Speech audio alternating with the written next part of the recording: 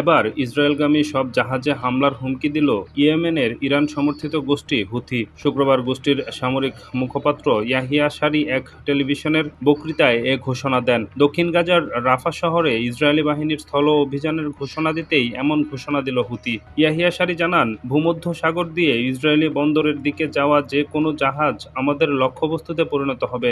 সম্প্রচারের সঙ্গে সঙ্গে এ ঘোষণা কার্যকর হবে, আর আমাদের অস্ত্রগুলো যে কোনো অঞ্চলে হামলা চালাতে সক্ষম। তিনি আরও বলেন, স্থায়ী যুদ্ধবিরতিতে পৌঁছাতে না পারাটাও ইসরায়েলগামী জাহাজগুলোতে হামলা চালানোর আরেকটি কারণ।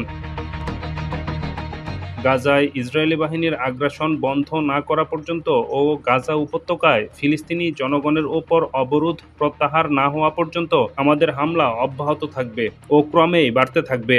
ইয়াহিয়া সারি জানান, ভূমধ্যসাগর দিয়ে ইসরায়েলি বন্দরের দিকে যাওয়া যে কোনো জাহাজ গত নভেম্বর থেকে লোহিত সাগর, বাব আল মান্দাব প্রণালী ও এডেন উপসাগরের গুরুত্বপূর্ণ শিপিং চ্যানেলে ইসরায়েলগামী জাহাজ লক্ষ্য করে বারবার ড্রোন ও ক্ষেপণাস্ত্র হামলা করে আসছে।